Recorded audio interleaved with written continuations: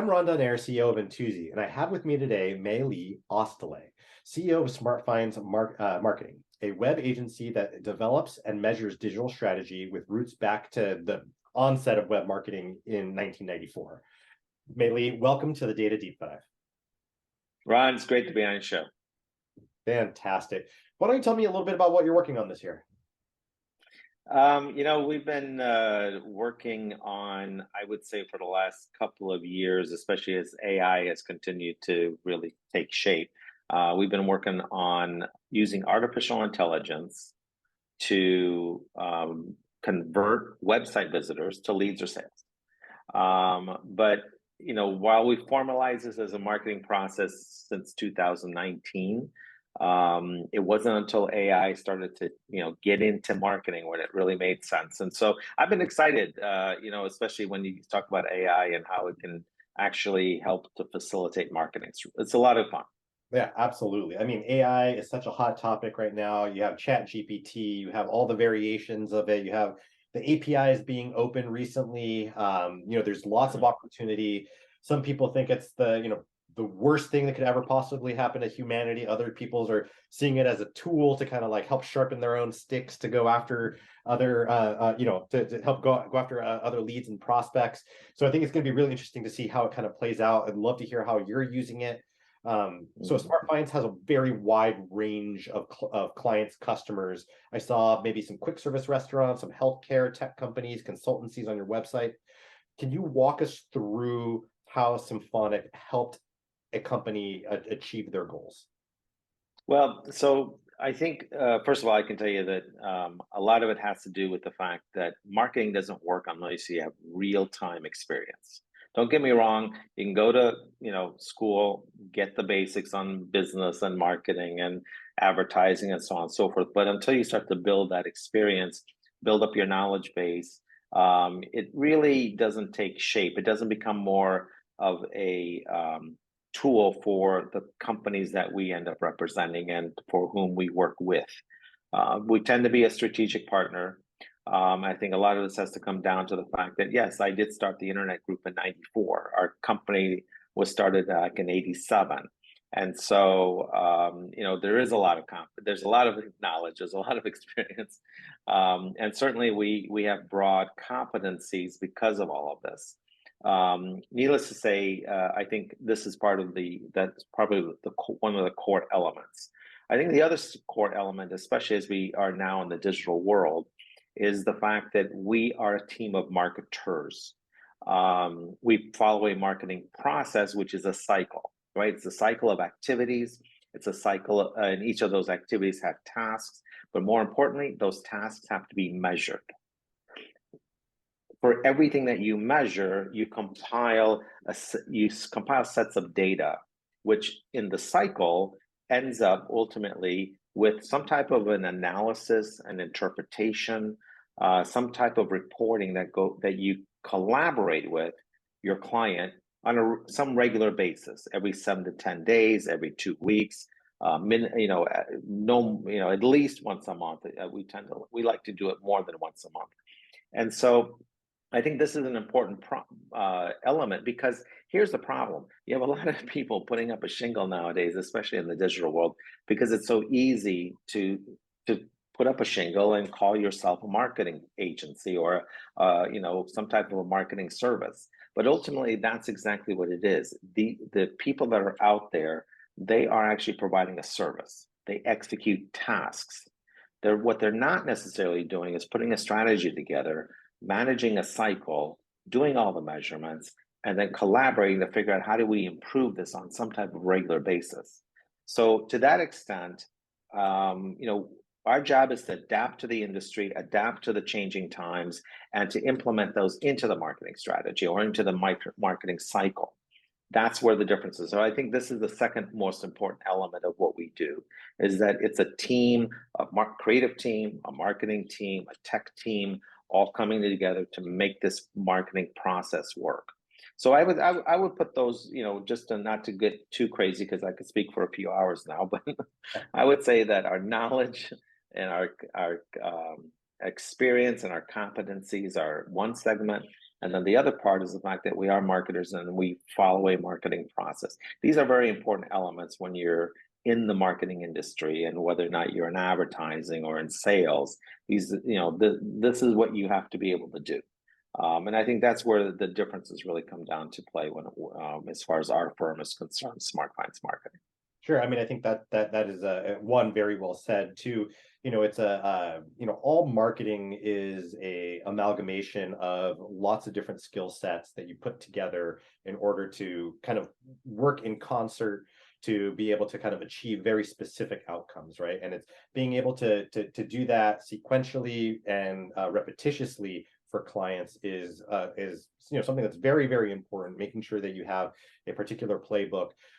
Some of these things are being disrupted recently. You have Apple with iOS 14 deprecating a lot of the more traditional IDFA tracking methodologies. It really messed up Facebook. Google's deprecating the cookie. They've been trying to do it for 2 years. They keep kicking it down the road. They did it again this year. But so with all of these adjustments and changes that are happening in marketing, and you've been in this space for such a long time, you've probably seen these cycles of walled gardens coming up to fruition and then kind of opening up data landscapes. So how do you guide your clients through this ever-changing landscape in regards to like targeting and their marketing? How is it that you kind of like assuage their fears, and how do you give them the tools necessary to be able to do that measurement, which is super important? Yeah, as you can imagine, over this period of time, I've been asked this question in different forms over the years. And I think the answer to the question, and the answer that I kind of explained to everybody, is having been in the industry for so long, essentially what's happening as new information comes out, new knowledge, new algorithms, new technologies, new whatever, you're adding a smidge of information on a very large foundation. It's easy to add that little bit and incorporate it into the whole. That's the easy part for us. So when Facebook, Apple, Google, Microsoft, these guys all make changes, for us, the change is not that significant.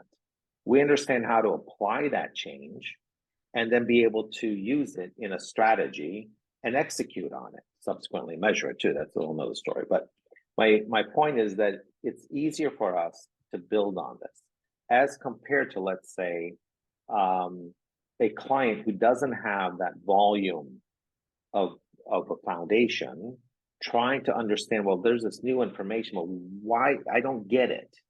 Well, the reason you may not understand it is because you don't have that foundation. We take this little bit of new information that comes in, and we understand through that foundation how it's going to work.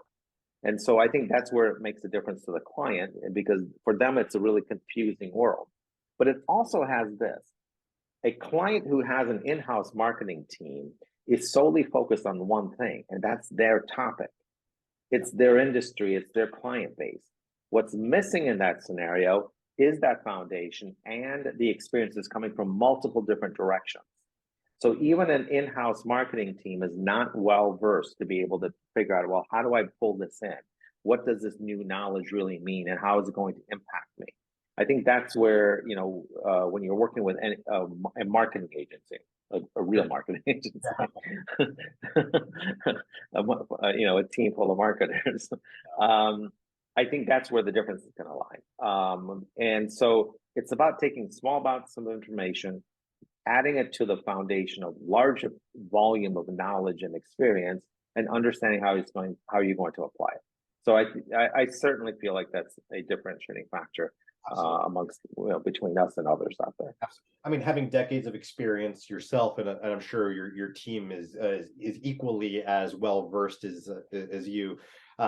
It's something to fall back on when things seem so wild and crazy, and things seem to like change every other month. You've probably seen a thing or two, and experience kind of have like a steady hand, right? Like the sky has been falling for the last 10 years and the sky's still there. So that's great. So now you mentioned measurement is like a whole other conversation. I kind of want to dive into that a little bit, because measurement is important, and how it's achieved is continually evolving, right? Like all these KPIs, the things that are important, they kind of bubble up. Sometimes it's a cost per click metric. Sometimes it is, how much your total marketing spend is. At the end of the day, ROI is kind of like the most important thing, right? How much you're spending, how much you're bringing in. Can you talk a little bit about how you measure and help quantify that for your clients to help determine what like the best way of looking at KPIs and ROI is? Yeah, so I will tell you that, earlier I was mentioning about the marketing cycle, right? You have all these activities and these activities are being measured. What I think there's another way to look at that. Everything is a separate data point, meaning that if you're doing this correctly, you're not going to provide your client just a report that with colorful graphics on it that look like everything is going well. Rather, the idea is that you're going to collaborate with your client in terms of how you interpreted multiple data points. Mm-hmm. So I want to take a look at Google Analytics. I want to take a look at Google Search Console. I want to take a look at the A/B testing reports. I want to take a look at the advertising campaign reports. I want to take a look at our ranking position. I want to take a look at the, where within the website people are going. When you start to take the broader space of all this data and you look at the different pieces, you're going to be able to find that certain pieces work together. Sure. One has an effect somewhere else. What that means is that it might turn into some other type of interpretation. Because when I use the word interpretation a lot, because when you have multiple data sets, you're analyzing each one. But now you have to take the analysis of each data set, and you got to understand. You got to figure out, what does it mean? How is it? How does this impact your strategy?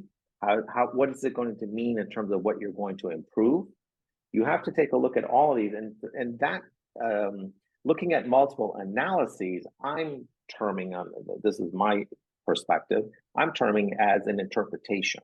It's an interpretation of all the different data sets and saying, okay, now I think I understand where this is going.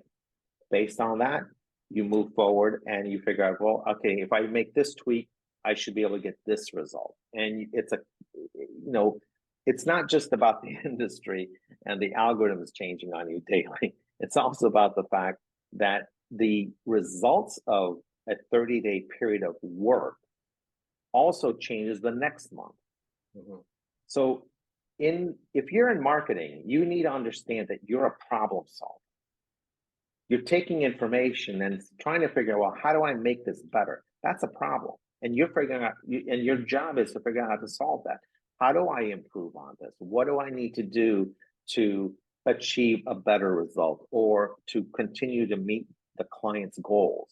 And so to that extent, when you look at marketing as a problem-solving process, I think that this is all about taking all these measurements and interpreting them, collaborating with your client on some regular basis so that everybody's perspective is going to be different, right? You're taking a look at the interpretations and maybe you got to dig into some of the data. Based on that, you turn around and you come up with, well, okay, from their perspective, they think this means this. From our perspective, it means this. But that communication, that collaborative effort turns around and creates something better at the end of the day. So I think that this is really about bringing multiple data sets together. If you're looking at only one set, you're missing the boat. It's just not possible to get in a decent ongoing effort. It's just not going to happen. Well, yeah, I mean, we subscribe to a very similar philosophy here at Intuizi. So like our premise is that we take disparate data sets, put them together, find the interesting pieces of actionable information and surface. Mm-hmm. We're storytellers, right? Like you take this data, you try to find that narrative thread in between that makes sense to our human brain. You use all the fancy algorithms, you make it all together, but it all comes down to people, right? They have to understand what they're seeing. They have to be able to action on what they want to action on. And even having the KPIs that are important to them may not actually be the KPIs that actually drive the end business. So being able to surface those things that are very, very important to both them and the end decisions that actually affect the bottom line. It's really, really interesting. So we do a lot of geospatial analysis at Intuizi. So we Hmm. identify the movement patterns of people using mobile phones as kind of like the avatar of like what they do. We do it all anonymously. We do it all in a very uncreepy way. But at the end goal is no matter what you're doing, when you're drawing that thread between the movement patterns of people, there's always a story that emerges, right? Like this person is a business traveler that travels once every 3 months. And over the last 2 years, you start to understand, wow, they're traveling a lot more now. COVID is starting to kind of like dissipate. The effects of COVID lockdowns are starting to dissipate. Or this person goes to school and then they go to XYZ QSR and then they move on to work. So you kind of start to see like these movement patterns of people as a Hmm. illustrative point that indicates something about your business, whether it be your business or a competitor's business. That's all interesting information. Yeah, I So mean, I think just to chime in here, I think you're using a good word. I use the word interpretation. I think your word is, might be easily understood, which is that interpretation also is about storytelling. right. It's about storytelling what this data means, right? Trying to uh, figure out, well, where does this all go? And you're bringing it all together. So yeah, I like the word storytelling for that same purpose. Absolutely. I do too. I do too. Well, thank you so much for the time today. It's been super informative. If someone wanted to get in touch with you, how do they engage with you? First of all, you can go to our website, our company website, right? So www.smartfindsmarketing.com. If you want to reach me, best place to reach me is not by email. Just get onto LinkedIn. I'm active on LinkedIn on a daily basis. It's the best B2B tool out there. And so if you just punch my name in, Melih Oztalay, Melihoztalay, I'm sure I'm going to be the only one out there. uh, and so you'll find me, connect with me there, send me a message. And I'm happy to set up a virtual coffee and get touch base with everybody accordingly. Love it. Love it. Well, that's a wrap. Join us again next week for another informative session on the Data Deep Dive.